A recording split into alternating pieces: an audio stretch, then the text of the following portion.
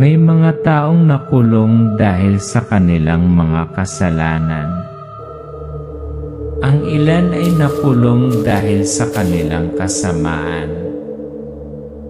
At ang ilan ay nakakulong sa loob ng 10 taon dahil lang sa lakas ng loob nilang malaman ang marami tungkol sa mga species na hindi dapat pangalanan. Ang pangalan ko ay Joaquin Bordado. Mayroon akong 12 ng mga tattoo sa aking katawan, hindi upang ipakita ang aking katapangan, ngunit upang markahan ang bawat buhay na napalaya ko mula sa mga kamay ng kasamaan. Pero sa mundong ito mamamatay tao lang ako. Ang araw na ako ay tumuntong sa bilangguan, ang araw na ang isang sinaunang alamat ay inilibing sa lupa. At makalipas ang 10 taon ako ang naghukay nito. Ito hindi kwentong multo. Ito ay isang totoong kwento tungkol sa isang aswang. Isang nilalang na nagkakatawang tao, namumuhay sa gitna ng komunidad at umiinom ng dugo sa gabi. At ito ang kwento ng isang tao na bumalik mula sa impyerno upang sirain ang isang bagay na hindi mahawakan ng batas. Bumukas Dennis Camp Gate, ay Joaquin niya ay umapas ngay ilaw, pinihip ng hangin Danny kanyang shirt. Danny layon tattoo sumaliwanag si kanyang likod. Pero pagbalik ni Joaquin, hindi na pareho ang village niya. Hindi siya nakikilala ng kanyang nakababatang kapatid. Ang kanyang bagong kaibigan ay may madugong sikreto ng pamilya. At ang kadiliman ay hindi pa talaga nawala. Sa lumang na yon, may isang bahay na hindi pa nagsisindi ng ilaw. Tuwing gabi ng kabilugan ng buwan, naririnig ng mga tao ang mga iyak na nagmumula sa mga bukirin ng mais. At pagkatapos isang araw, isang walang ulo na katawan ang lumitaw sa harap ng simbahan. 10 taon na ang nakalipas, mga ngaso lang ako. Ngayon, ako ang huling sulo na nagninina sa dilim. Dahil isa lang ang alam kong sigurado. Bumalik na ang mga aswang. At hindi na sila nagtatago. Preso rin bumalik para ubusin yan ni aswang ni. Ang bumalik mula sa bilangguan upang manghuli ng mga demonyo sa anyo ng tao. Sa kanyang likod, isang totoo na leon ang kumupas sa paglipas ng mga taon. Iyon ay Joaquin Bordado. Pagkatapos ng 10 taon sa bilangguan, bumalik siya sa nayon na minsan niyang tinawag na tahanan. Binangonan. May mga nayon na umiiral lamang sa alaala. At may mga nayon na hindi dapat umiral. Habang tumuntong siya sa lupa, iba ang naramdaman ni Joaquin. Mas malamig ang hangin, mas tahimik ang hangin, at iniiwasan siya ng mga taga-nayon kapag nakikita siya.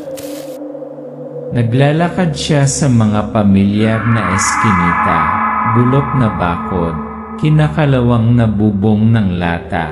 Lahat ay pareho, maliban sa mga mata ng tao.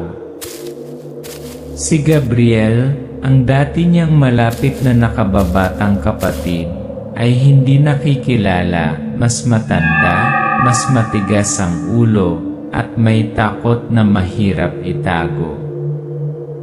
Kinalaman iyan ni nagsisiwalat si kanya. Habang iniiwasan siya ng lahat, tanging si Dennis, isang binata na nagtatrabaho sa machine shop, ang naglakas loob na maupo at makipag-inuman muna sa kanya. Naniniwala si Dennis na hindi si Joaquin ang mamamatay tao dahil masyadong maraming butas ang lumang kaso. Ibinahagi nila ang kwento ng nayon na sinasalot ng mga kakaibang bagay. Nawawala ang mga manok, umaalulong ang mga aso gabi-gabi, at nawawalang mga tao, una ang mangingisda, pagkatapos ay ang batang guro. Ang bawat kamatayan ay nag-iwan ng parehong bagay sa likod. Isang walang dugong katawan, dilat ang mga mata, at malalalim na ngipin ang marka sa leeg. Familiar signs. Flashback, katulad niya pagpapatay isa 0 taon yan nakaraan. Bumalik si Joaquin sa tubuhan sa likod ng simbahan, kung saan natagpuan ang pinakamalapit na bangkay ng biktima. Ibinaba niya ang tingin sa mga bakas ng kuko na napunit sa lupa. Ang mga bakas ng paa ay tila hindi makatao. Sa isang malapit na puno ng kahoy, may mga malalalim na gasgas. Sa isang spiral, isang simbolo na tanging isang aswang ang maaaring umalis. Ang mga lumang alaala ay bumabalik na parang kawan ng mga uwak. Nagbalik ang aswang. Oh, hindi kailanman umalis. Yung nasa bahay niya. Inimbitahan ni Dennis si Joaquin sa bahay para maghapunan. Matanda na ang bahay, kumikislap ang mga ilawan ng langis, at ang lola ni Dennis, si Aling Lumeng, sa kanyang malamig na mga mata, sa kanyang perming ngiti, at sa kanyang tahimik na mga yapak. Nakaramdam si Joaquin ng kakaibang pamilyar sa matandang babae, na para bang nakita niya ito sa ilang ritual noong nakaraan. Joaquin panoorin yan anino na Lumeng pumunta at likod ng pinto. Hindi nahihip ba ni leg niya sa lupa? Ipinahayag yan ni katotohanan, isang mahirap pagpili. Isang gabi, palihim na sinundan ni Joaquin si Aling Lumeng nang umalis siya sa kanyang bahay nang malapit ng hating gabi. Nakita niya itong nakaluhod sa harap ng bronze statue at bumubulong sa sinaunang wika. Siya ay dating lingkod ng Garawi, ang sinaunang pinuno ng aswang na natakot sa lugar. Kasabay nito, isa pang bagets ang nawala, ang trail na diretsyo sa bahay ni Dennis. Pagpatay ng demonyo madali. Ang pagpatay sa isang lola ng nag-iisang taong naniniwala sa iyo. Kasalanan ba ito o tungkulin? Sa liwanag ng buwan, itinaas ni Joaquin ang pilak na punyal, nanginginig ang kanyang kamay. Lumabas si Dennis sa likod niya. Anong ginawa mo sa lola ko? Lumingon si Joaquin, may luha sa kanyang mga mata, hawak pa rin ang punyal. Siya hindi mo na lola. Ang hangin ay umuungol ng malakas mula sa dilim, ang boses ni Garawi ay umalingaw-ngaw. Mabuti naman, Joaquin. Sa wakas magsisimula na ulit ang laro. May mga pagpipilian walang tama o mali. May presyo lang at ang taong magbabayad nito. Kaibigan ni Linya si buhay kamatayan. Pambungad na eksena, hinarap ni Joaquin si Dennis, nanininig ang pilak na punyal sa kanyang kamay. Sumigaw si Dennis, ibaba mo ang kutsilyo. Lola ko yan. Bumulong si Joaquin, hindi na. Ngunit wala siyang magagawa. Nawala sa dilim si Aling Lumeng, nag-iwan ng masangsang na amoy at halakhak na parang mga pakong nakikiskisan sa bakal. Noong gabi niyon, pinili ni Joaquin hindi ang pumatay. At ang pag-aatubili na iyon muntik nang kumitil ng panibagong buhay. Yeni kanilang tahanan. Kinaumagahan, ang bangkay ng isang bata ay natuklasan sa harap ng gate ng paaralan sa Nayon. May butas ang lalamunan nito, puti ang mga butas ng mata. Nataranta ang mga taga-Nayon. Mabilis na kumalat ang alingaw-ngaw ng pagbabalik ng aswang. Si Joaquin ay nakaupong mag-isa sa isang maliit na tavern, nakatingin sa kanyang baso ng alak na parang tumitingin sa nakaraan.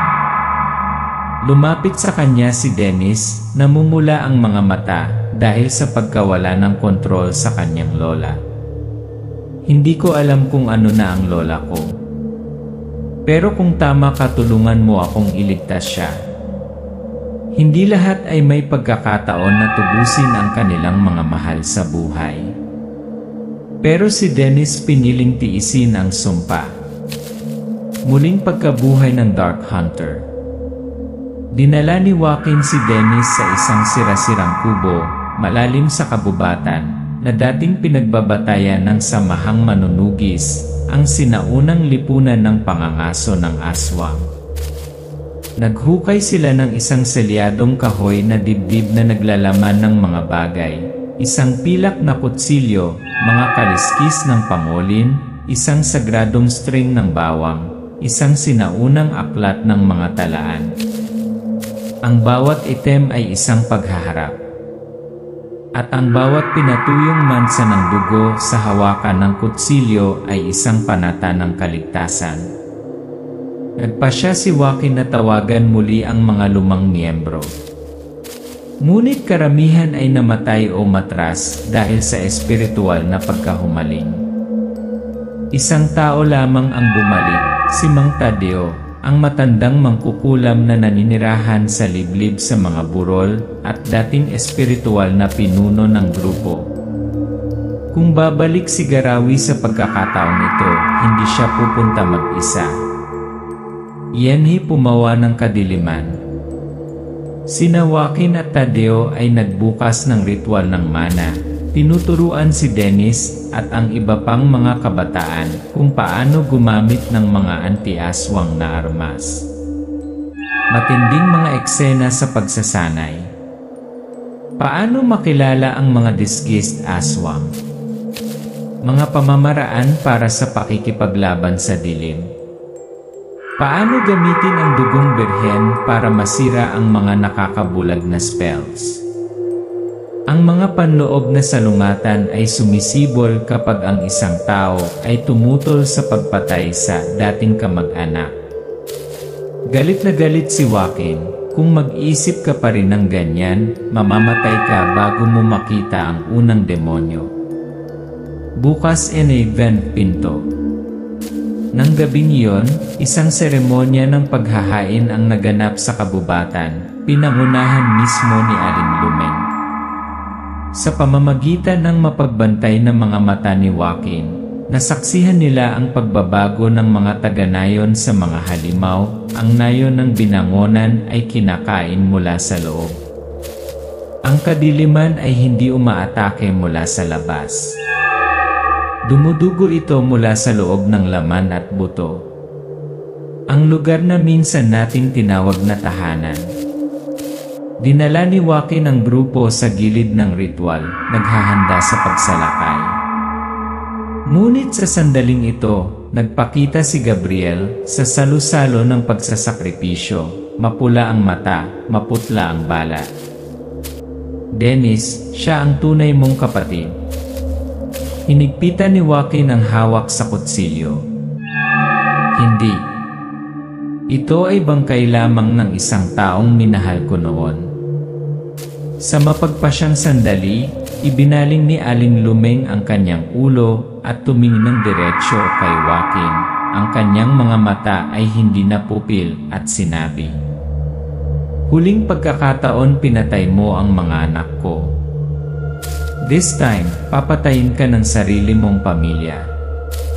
Namatay ang mga ilaw, nagdilim ang screen, at umalinggaw-ngaw ang nakakatakot na tawa ni Garawi.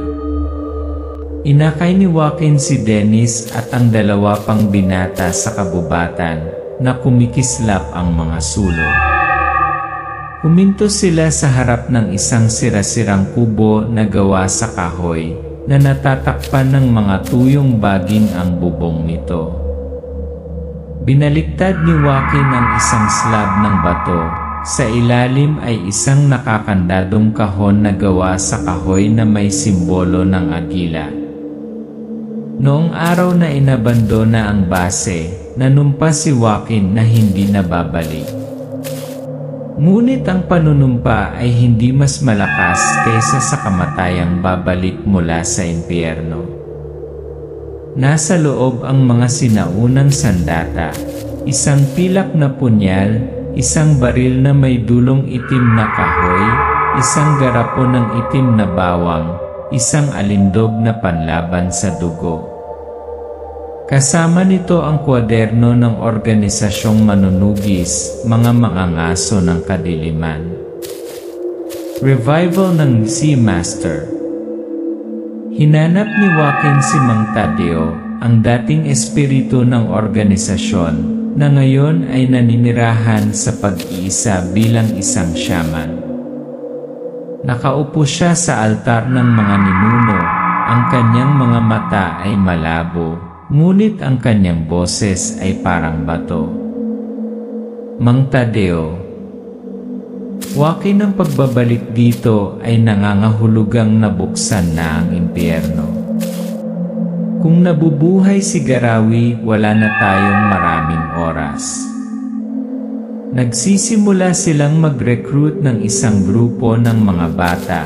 Bawat isa ay may iba't ibang dahilan. Mawalan ng mahal sa buhay, masaksihan ang isang aswang na pumatay ng isang kaibigan, o simpleng gustong protektahan ang nayon. Yan ay krus ng apoy, dilim. Training montage, action, stress. Magsanay sa paggamit ng mga sandatang antidemonyo, humahawak ng pilak na kutsilyo, paghahagis ng bawang, pagbaril ng mga tripwire. Matutong kilalanin ang mga disguised aswangs, amoy dugo, pagsubok ng liwanag ng buwan, reflexes, appraising boses. Mga matinding psikolohikal na hamon, pagharap sa takot, pagkakulong sa isang madilim na silid, mga guni-guni mula sa mga anting-anting. Upang manghuli ng mga demonyo, dapat kang tumingin sa salamin at magtanong, kung ako ay magiging katulad nila, sino ang hahabulin ako? Pinatunayan ni Dennis ang kanyang sarili, ngunit ang ilan ay nagsimulang magduda kay Joaquin. Isang lalaki, si Lucio, misteryoso at tahimik, ay may ugali na mawala sa gabi. Anne Taxil. Isang gabi, habang nagsasanay, biglang inatake ang kampo. Sumabog ang mga aswang mula sa lahat ng apat na panig. Usok, apoy, mga taong bumabagsak. Sumigaw si Joaquin, hindi nila malalaman ang lugar na ito. Maliban kung may magdadala sa kanila dito. Sa kaguluhan, si Dennis ay kinuha ng aswang, kinaladkad sa kabubatan. Matindi ang labanan ni Joaquin at Tadeo upang iligtas ang grupo, ngunit nawala si Lucio, at nahanap na naalis ang anting-anting sa lugar ng paglusot ng aswang. Ang pagtataksil ay hindi nagmumula sa mga estranghero. Ito ay may mukha ng isang taong nakaupo sa parehong mesa, sa parehong trench. Lost Faith ay na huling kislap ng pag-asa. Nailigtas si Dennis, malubhang nasugatan, nalason sa kagat ng aswang. Galit na galit si Joaquin, sinuntok ang kahoy na mesa, at sumigaw ng malakas sa harap ng lahat. I put Dinoy Faith. Tinuruan kita tulad ng anak ko. Pero parang mas nakakatakot ang mga tao kaysa sa mga demonyo. Natahimik si Mang Tadeo. Si Gabriel, ang kapatid na nakatalikod, ay pumasok sa kampo sa kalagitnaan ng gabi. Gabriel, sabi mo ang mga demonyo ay nagkukunwaring tao. Ngunit minsan, may mga tao na naglalakas loob na pumasok sa impyerno para hilahin ang iba. Natigilan si Joaquin. Nakita ang kanyang kapatid na nakatayo, nanginginig ngunit hindi umaatras. Iniyuko niya ang kanyang ulo, bahagyang tumango. Paghahanda para day panghuling laban. Larawan. Ang lahat ng nabubuhay na manunugis ay nakatayo sa isang linya sa harap ng malalim na kabubatan, kung saan naroon ang pugad ni Garawi. Nakasuot si Joaquin ng leather armor, isang silver spear sa kanyang likod, at diretsong nakatingin sa harapan. Hindi na ito tungkol sa mga demonyo o tao. Ito ay tungkol sa kung sino ang maiiwan sa pagsikat ng araw. Bukas ng gabi binubura natin ang pangalan ni Garawi sa kasaysayan. Liwanag ay tuktok ng bundok ng amag, bumabulot ng ulap pasok ay isang kanyon. Ang pangkat ng manunugis ay nakatayo sa harap ng pugad ni Garawi. Isang kakaibang siwang ng bato kung saan walang lumilipad na ibon, walang huni ng mga insekto. Gumuhit si Tadeo ng anting-anting sa dugo sa noo ng bawat tao. Nagbabala na ang lugar na ito ay isang ilusyonaryong espasyo. Sinumang mahina ang puso ay mawawala magpakailanman. Mang Tadeo. Sa loob ay hindi lamang mga halimaw kundi pati na rin ang pinakamalaking takot ng bawat tao. LA ilusyon ibibitat. Loob ng cave, magaan ay plastic egg powder. Nag-flashing apoy, higit ng bata mula naglayo. Ang grupo ay nahahati sa 3 grupo, bawat isa ay may locator charm. Nakita ni Joaquin ang isang pangitain ng kanyang mga magulang, patay sa dagat ng dugo. Si Gabriel ay sumisigaw para sa kanya, ngunit sinipsip sa kadiliman. Nataranta ang isang batang mandirigma, sinaksak ang kanyang kasama, nagsimulang magkabisa ang bitad ni Garawi. Ang dilim ng aswang lumalamon hindi lamang laman kundi pati na rin ang mga alaala at katwiran. Biglang nagsara ang pintong bato, umaalingaw-ngaw ang tunog ng pagkakandado ng dugo. Nagsimula ni Ben ilaban, nagdugo din hidugo ay buong lupa. Fight montage, bilis, pagbabago-bago, dagong ng air swimming. Ipinakita ni aswang ang kanyang tunay na anyo, mahahabang kuko, may 2 ngipin na bibig, pakpak ng paniki, napakabilis ng tao. Muntik nang makagat si Dennis, ngunit nailigtas ni Tadeo, na ang kapalit ay natamaan ng makamandag na kuko sa tiyan. Mang Tadeo, hinihingal, dumudugo.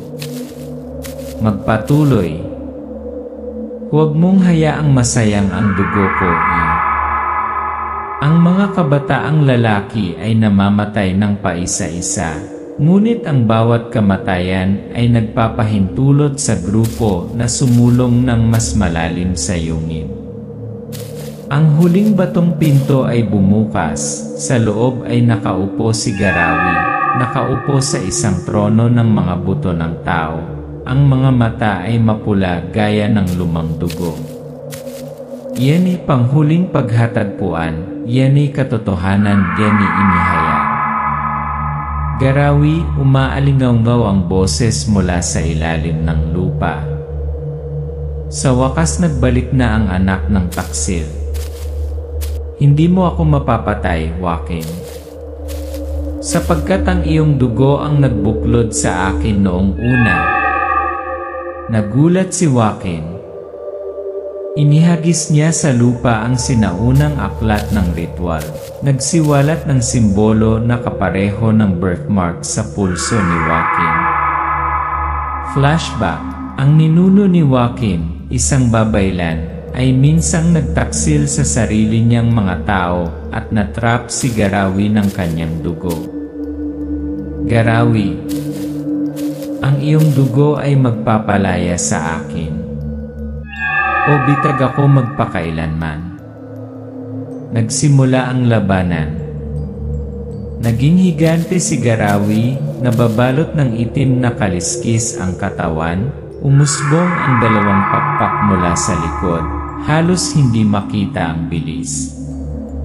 Paulit-ulit na napatumba si Joaquin, nabali ang kanyang mga tadyang, bumubulwak ang dugo. Nabasag ang sibat na pilak. Inihagis sa kanya ni Tadeo ang huling blood seal charm. Sakripisyo, kapatiran esi pamamagitan ng impyerno. Muntik nang matapos si Joaquin, sinaksak siya ni Garawi sa balikat, binuhat siya na parang laruan. Ngunit sa sandaling iyon, mabilis na lumabas si Gabriel mula sa kadiliman, gamit ang kanyang katawan upang harangin ang huling suntok. Ang talim ni Garawi ay tumusok sa dibdib ni Gabriel. Ang dugo ay bumulwak na parang bukal. Sigaw ni Joaquin, "Gabriel, pabulong. Naaalala ko pa ikaw ang dahilan kung bakit ako nakaligtas sa kanila sa unang pagkakataon. Ngayon turn ko na para ibalik ang pabor." Kinuha ni Joaquin ang sariwang dugo ni Gabriel, pinagsama ito sa alindog ng dugo, basahin ang huling talata sa aklat ng ritual. Nagsindi ang pulang ilaw. Sumigaw si Garawi, ang kanyang katawan ay naubos ng kaluluwa, natutunaw mula sa loob palabas. Panghuling paalam. Gumuho ang Garawi. Ang kuweba ay gumuho. Inilabas ni Joaquin ang katawan ng kanyang kapatid sa buhos ng ulan. Iilan lamang ang nakaligtas. Isang linggong tahimik ang buong baryo ng Binangonan. Ngunit si Joaquin ay hindi na ang parehong tao. Bawat sumpa na inalis nag-iwan ng peklat. Ang ilan sa balat. Ang ilan sa pusong hindi naghihilom. Dugo, yan na huling tatak. Guwag din ni Vanny Cueva, hawak ni Joaquin sa Gabriel ay kanyang bibsi, na bitag ay harap ng sinaunang altar. Tinitingnan ni Joaquin ang katawan ng kanyang kapatid. Ang kanyang mga mata ay namumula ngunit determinado. Ang kanyang kamay ay pumutok sa kanyang kaliwang dibdib. Ang dugo ay humahalo sa dugo ni Gabriel, na tumutulo sa selyo ng dugo ng kanyang mga ninuno. Inilagay niya ang kanyang kamay sa sinaunang estatwa ng demonyo. Binibigkas ang sinaunang spell mula sa huling libro. Sa dugo ng taksil, tinatali ko ang ipinanganak ng makasalanang dugo, at kasama ang natitirang kaluluwa. Pinablotter ko na siya. Pulang ilaw ang sumabog mula sa lupa. Napasigaw si Joaquin sa sakit, tila sinisipsip ang kanyang katawan sa ritual. Ang mga inosenteng kaluluwa, mga babae, bata, matatanda na pinatay ng aswang ay lumitaw. Ipinatong ang kanilang mga kamay sa mga balikat ni Joaquin at binigyan siya ng lakas. Ang espiritu ng ina ni Joaquin pabulong. Tapos na, anak. Oras na para mabuhay ka bilang tao. Iyan, pilat na lang ani natitira. Gumuho ang pugad ng garawi, naging abo ang mga aswang, tumakas sa bangin ang mga nakaligtas. Nawalan ng malay si Joaquin, hinila mula sa mga guho. Namatay si Tadeo. Bumagsak si Dennis sa tabi ng mga puntod ng kanyang mga kaibigan. Tahimik na sinunog ang natitirang mga talisman string. Tapos na ang digmaan. Ngunit ang kapayapaan ay hindi talaga naging gantimpala. Gininto ang tagpo sa hapon, bumalik sa kapayapaan ang nayon ng binangonan. Tumira si Joaquin sa lumang kahoy na bahay ng kanyang pamilya. Puno ng galos ang likod niya. Kulay abo ang kanyang buhok. Ngunit tuwing kabilugan ng buwan, ang kanyang mga mata ay kumikinang ng bahagyang pula. Hindi na tao, hindi rin masyadong malademonyo. Dennis sa kanyang diary. Iniligtas niya ang nayon. Ngunit mula noong araw na yon, walang nangahas na magtanong kung ano ang ibinayad niya rito. Emosyon, isang pagmumura hindi tapos. Mark Sin, isang lalaki naglalaro mag-isa ay kagubatan, inibigay ni lupa. Isang batang lalaki na mga 10 taong gulang, inosente ang itsura, may hawak na maliit na pala. Naghukay siya ng lupa sa ilalim ng puno ng balete, kung saan inilibing ang kahon ni manunugis. Nang mabuksan ang kahon, isang malamig na hininga ang bumuga. Ang mga mata ng bata ay naging mula sa kayumanggi hanggang sa matingkad na pula. Bahagya siyang umiti. Sa kanyang tainga, umalingaw ang bulong ni Garawi. Garawi, bumubulong sa hangin. Ang dugo ko hindi mabubulok ng tuluyan. Natutulog lang ang sumpa kapag walang nangahas na alalahanin ito. At isang araw may magigising sa dilim. Isang kakaibang lalaki nakaka-crotch. Linable hawak ay nota, Joaquin Bordado, Leon Tato. Sa ibang lungsod, isang lihim na organisasyon ang nakatanggap ng signal ng enerhiya mula sa lugar ng bundok ng ama. Isang file ang nag-pop up, isang larawan ni Joaquin na naglalakad palabas ng isang kahoy na bahay, kumikinang ang kanyang mga mata. Isang boses ang umalingaw-ngaw. Buhay pa siya. At siya hindi na tao.